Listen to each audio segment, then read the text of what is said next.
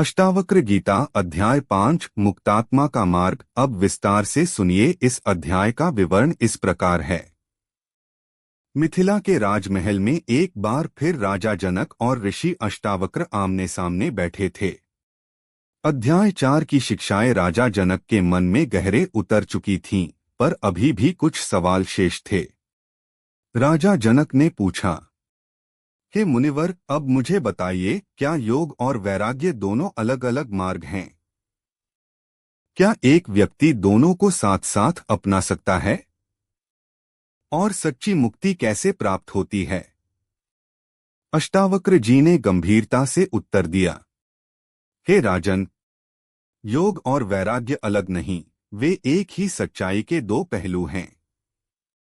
योग उस मन की एकाग्रता का नाम है जो अपनी वास्तविकता को जान लेता है, और वैराग्य वह अवस्था है जिसमें मन संसार के मोह और आसक्ति से पूर्णतः मुक्त हो जाता है।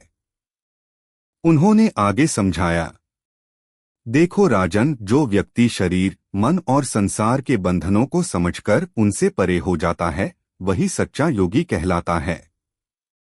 उसे न तो अपने कर्मों का फल भटकाता है, न सांसारिक सुख दुख में उलझता है। वह सब कुछ त्याग चुका होता है, पर यह त्याग केवल बाहरी कर्मों का नहीं, बल्कि मन की भी बंदिशों का होता है। राजा जनक ने सोचा, यह तो बड़ा कठिन है, मन को कैसे मुक्त किया जाए? अष्टावक्र ने मुस्कुराते हुए कहा, मन को मुक्त करने का मार्ग है साक्षी भाव। जब तुम अपने मन के विचारों, भावनाओं, सुख दुख को केवल देखो पर उनमें डूबो नहीं, तो मन की बेड़ियां टूटने लगती हैं। जैसे आकाश में बादल आते जाते रहते हैं, पर आकाश का स्वभाव अनछुआ रहता है, वैसे ही मन के विचार भी आते हैं, पर आत्मा उनका भागीदार नहीं होती। उन्होंने कहा, मुक्ति का अर्थ है जन्म और मृत्यु के चक्र से ऊपर उठ जाना।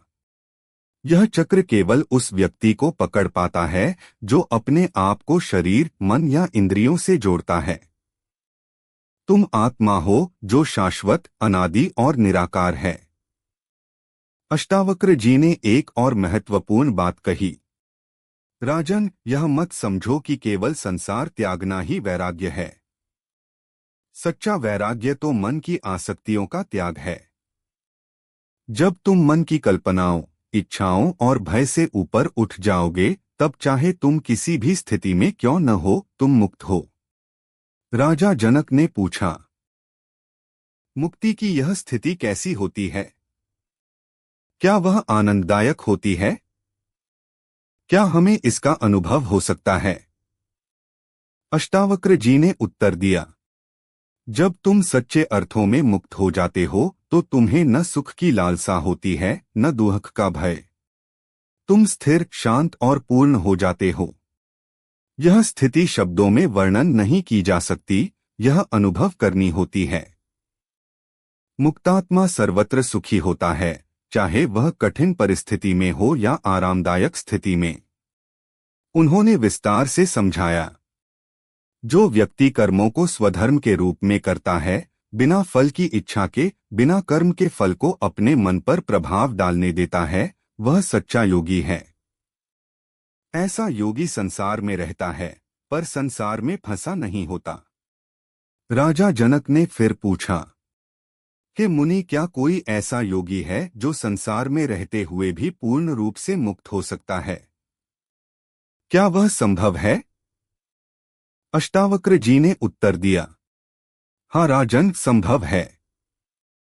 वह योगी जो साक्षी भाव से अपने मन, कर्म और फल को देखता है, जो न तो कर्म करता है न कर्मफल की इच्छा करता है, वह जीवन मुक्त कहलाता है।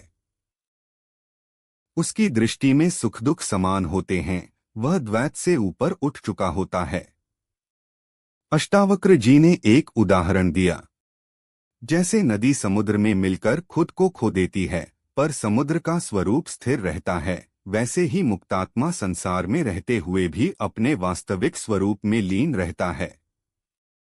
वह संसार की नदियों की तरह बहता नहीं, बल्कि समुद्र की तरह शाश्वत है। अष्टावक्र जी ने कहा, इसलिए राजन, अपने भीतर झांकना सीखो। मन को नियंत्रित करो। अपने आप को केवल साक्षी समझो। फिर देखो सारी उलझनें कैसे दूर होती हैं। यही है अध्याय 5 का सार। राजा जनक ने अंत में कहा, हे मुनिवर, आपकी वाणी से मेरी आत्मा जाग उठी है। अब मैं समझता हूँ कि संसार में रहते हुए भी कैसे पूर्ण स्वतंत्रता और शांति पाई जा सकती है। मैं आपके बताए मार्ग पर चलने का प्रण करता हूँ। अष्टावक्र जी ने मुस्कुराकर उत्तर दिया, राजन, यही ज्ञान सच्चा धन है। यह तुम्हारा अपना अनुभव है जो तुम्हें मोक्ष की ओर ले जाएगा। अष्टावक्र गीता अध्याय 5 का यह पाठ हमें बताता है कि सच्चा योग और वैराग्य मन और कर्म की समता है। मुक्ति केवल कर्मों का त्याग नहीं, बल्कि मन की आसक्तियों का त्याग है। आत्मा शाश्वत, निर्विकार और साक्षी है, और उसे जानकर ही मुक्ति संभव है। संसार में रहते हुए भी व्यक्ति जीवन मुक्त हो सकता है यदि वह अपने कर्मों और भावनाओं का साक्षी भाव रखे। सुख दुख, लाभ हानि की द्वैत भावना से ऊपर उठना ही सच्चा योग है।